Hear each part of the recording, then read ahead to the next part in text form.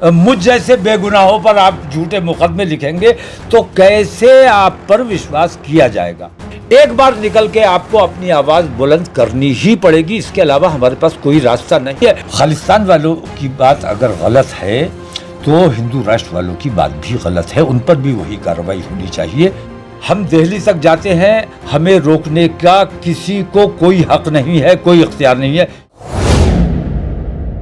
All India इत्तेहाद मिल्लत council के अध्यक्ष मौलाना तौक़ीर रज़ा खां 15 मार्च से तिरंगा यात्रा निकाल रहे हैं।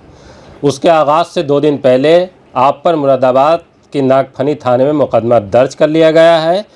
पुलिस ने बयान को उकसाने वाला और आपत्तिजनक माना है। मौलाना का इस पर क्या कहना है, उनकी राय किस तरह की है, जुदा है या फिर वो कुछ और कहना चाहेंगे, हम उनसे इस वक्त मुलाकात कर रहे हैं। आइए आपको सीधे उनसे रूबरू कराते हैं। मौलाना, मुकदमा दर्ज हो गया, आपकी जानकारी में होगा। जी। क्या मानते हैं कि क्या ये मुकदमा जो आपने बयान दिया था उसमें कुछ ऐसा था जिसे आपत्तिजनक माना जाए, या पुलिस ने ये जो यात्रा आप शुरू कर रहे हैं उसके मद्देनज़र ये मुकदमा दर्ज किया है? असल बात तो ये है कि मुसलमान कितनी ही अच्छी बात कहे, इंसाफ की बात कहे, एकता भाईचारे की बात कहे, इस मीडिया को ऐसा लगता है, इसने हमेशा ये कहा है कि भड़काऊ बात कही है और भड़काऊ भाषण दिया है। कितने ही अच्छाई की बात कर ली जाए,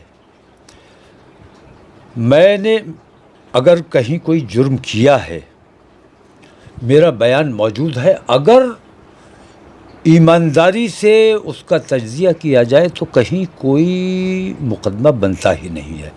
लेकिन झूठा मुकदमा मुझ पर दबाव बनाने के लिए, जेल का खौफ दिखाने के लिए, और मैं जो ये यात्रा निकाल रहा हूँ और इससे मुझे बाज रखने के लिए, ये एक हथकंडा है।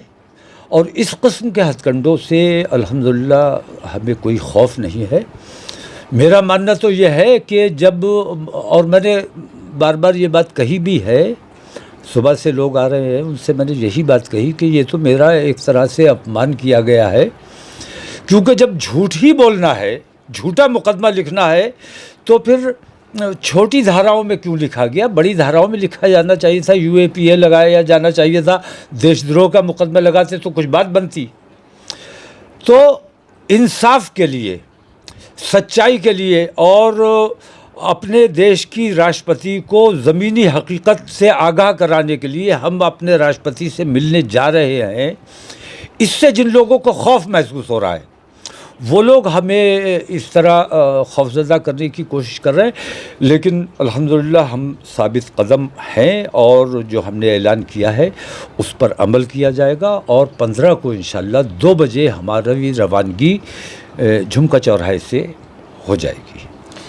ये लगता है मुकदमा दर्ज होने के बाद कि जिस तरह से आप इस तिरंगा यात्रा को लेकर तैयारी कर रहे थे कि उसमें कुछ खलल पड़ेगा या कुछ डर का माहौल बनेगा, या इससे आपके हौसले और बुलंद होंगे? नहीं, इस मुकदमे से मैं ये समझता हूँ, जिन लोगों ने मेरा बयान सुना है वो तमाम लोग अब इस बात पर यकीन हो गया है कि हुकूमत किस तरह बेईमानी कर रही है। इससे हमारा हौसला इसलिए भी बढ़ता है कि हम बेईमानी के ख़िलाफ़ निकले हैं और हम पर मुकदमा कर दिया गया। जिन्होंने कत्ल कर दिया, जिन्होंने बच्चों को ज़िंदा जलाकर मार डाला, जिन्होंने बच्चियों के रेप कर दिए, दलितों के साथ जुल्म और ज़्यादती कर दी, उन लोगों के ख़िलाफ़ मुकदमा लिखने में परेशानी है। और हम जो एक इंसाफ की और अमन पसंद तरीके से, हमने कहा कोई नारा नहीं लगाएंगे, तख्तियाँ नहीं लेके जाएंगे, शरीफ मुसलमानों की तरह सड़क के किनारे चलेंगे, दिल्ली तक पैदल जाएंगे। तो दिल्ली का सफ़र करना, अपने हमारे देश की राष्ट्रपति हैं उनसे मिलना, ये अगर कोई जुर्म है तो लोगों को एहसास हो रहा है अब कि ये कितने बेईमान हैं और कितने झूठे हैं। इनकी मक्कारी का सबसे बड़ा सबूत ये है कि मेरे अच्छे खासे बयान को, अमन पसंद बयान को, मैंने कहीं भड़काने की बात नहीं की है, उसको गलत तरीके से पेश करके इन्होंने मेरे ऊपर मुकदमा कायम किया। तो इससे मुझे फ़ायदा इसलिए महसूस हो रहा है कि आम आदमी तक ये बात पहुंच गई कि किस तरह जुल्म हो रहा है, किस तरह झूठ बोला जा रहा है और किस तरह दबाने की कोशिश की जा रही है। जो ये मुकदमा दर्ज हुआ है इसके बाद जिस तरह से चूँकि आपकी कोशिश चल रही है कि जो तिरंगा यात्रा है उसमें भारी भीड़ जुटे, तमाम लोग उसमें आएँ, जो मुसलमान हैं वो भी आएँ और जो दूसरे धर्मों के लोगों से भी बात चल रही है, ये जो दूसरे धर्मों की तरफ से समर्थन का ऐलान अभी तक आपके पास आ रहा है, उससे उनमें उत्साह दिखाई दे रहा है या कुछ लोगों में ये बेचैनी है कि नहीं मुकदमा दर्ज हो गया तो सरकार अब इस यात्रा को लेकर भी कोई ऐसा कदम उठा सकती है कि रोका जा सके? ऐसा है कि चुनाव सर पे हैं और मैंने ये ऐलान किया है कि मेरी ये यात्रा कतई गैर सियासी है। इसमें हर पार्टी, हर बिरादरी और हर मज़हब के लोगों का, जो अपने देश के लोकतंत्र से मोहब्बत करते हैं, जो अपने देश के संविधान से प्यार करते हैं, उन लोगों की शिरकत की मैं उम्मीद करता हूँ।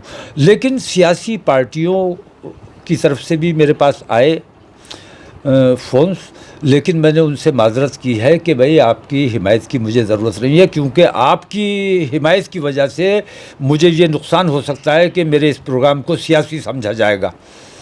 तो बाकी जो गैर सियासी संगठन है वो लोग मेरी हिमायत कर रहे हैं और उनके ऐलान भी आ रहे हैं अब। तो हमारी यात्रा जो है वो पूरी मजबूती के साथ, और मैं भीड़ की बात मैं नहीं करता। राष्ट्रपति से मिलने सिर्फ 15 लोग जाएंगे। अब मैं जो मुहिम लेकर चला हूँ, मैं जो मिशन लेकर चला हूँ, उसमें जिन लोगों को पसंद है मेरा वो मिशन और मेरा वो काम, जिन लोगों को पसंद है, अगर वो आते हैं तो उनका स्वागत है।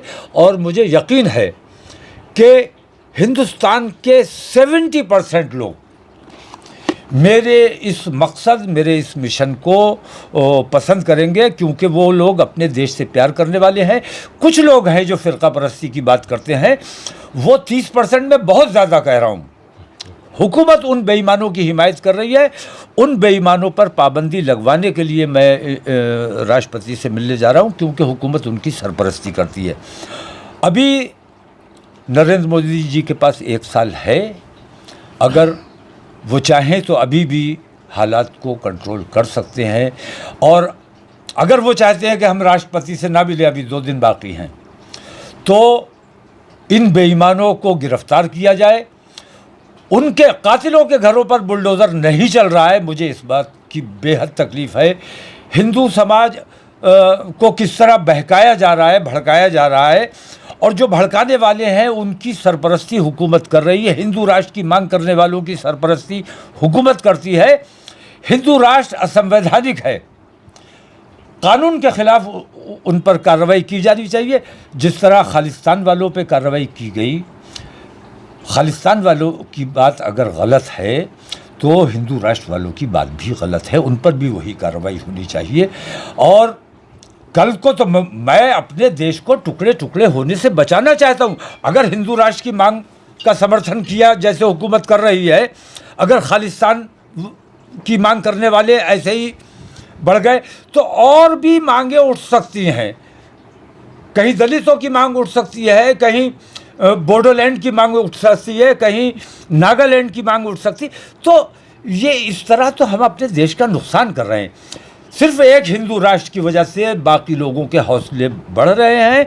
हमारी कोशिश ये है कि ये विश्व हिंदू परिषद और बजरंग दल जैसे जो संगठन हैं, ये देश में अफरा तफरी का माहौल बना रहे हैं, मुल्क को एक और बंटवारे की तरफ ढकेलने की कोशिश कर रहे हैं। इन पर पाबंदी लगाई जाए, और जितने बेईमान हैं, जो कातिल हैं, जो गुनहगार हैं, उन पर हिंदू और मुसलमान से ऊपर उठकर फैसला लेना चाहिए, क्योंकि हुकूमत की जिम्मेदारी है कि सबको बराबर समझे। जैसे वो कहते हैं कि सबका साथ और सबका विकास और सबका विश्वास, तो सबका विश्वास आपको तब मिलेगा जब मोनू मानेसर जैसे कातिलों पर आप कार्रवाई करेंगे और मुझ जैसे बेगुनाहों पर आप झूठे मुकदमे लिखेंगे, तो कैसे आप पर विश्वास किया जाएगा।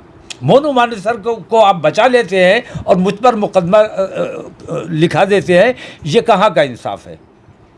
कत्ल जिसने किया है उसके समर्थन में सभाएं की गई, उन तमाम सभाओं की रिकॉर्डिंग मौजूद है।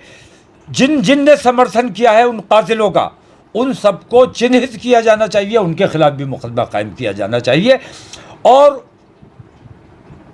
जुनैद और नासिर के हत्यारों के घरों पर बुलडोज़र चलाया जाना चाहिए अगर बुलडोज़र की कार्रवाई को आप जायज़ समझते हो।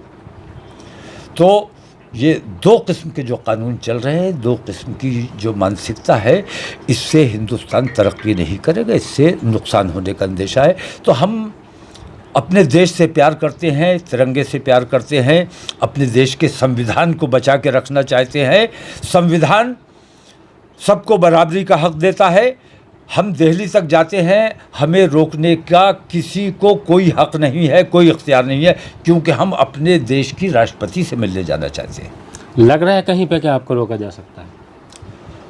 ये मुकदमा उसी का एक हिस्सा है और इस किस्म की और कार्रवाइयाँ मुसलसल जारी हैं। दबाव बनाने की कोशिश की जा रही है और लोगों को डराने की भी कोशिश की जा रही है। मैं कहाँ रुकूंगा, किसके यहाँ रोका जाएगा, कहाँ खाना खाया जाएगा, कहाँ नमाज़ पढ़ी जाएगी, ये तमाम चीज़ें, ये सब कुछ चल रहा है। लेकिन हमारी केंद्र सरकार से लड़ाई है। केंद्र सरकार जब तक अपनी बेईमानी तर्क नहीं करेगी, हिंदुस्तान का माहौल ठीक नहीं हो सकता। इसलिए अब हम केंद्र सरकार से कोई बात नहीं करेंगे, अपने देश की राष्ट्रपति से बात की जाएगी। इससे पहले भी आपने आंदोलन किए हैं, तिरंगा यात्रा से पहले, तो जिस तरह से उसमें भीड़ आई है, अभी आप जैसे रैली से दिल्ली तक होकर आए हैं, तो किस तरह का रेस्पॉन्स है ये जो आप तिरंगा यात्रा लेकर शुरू करने जा रहे हैं?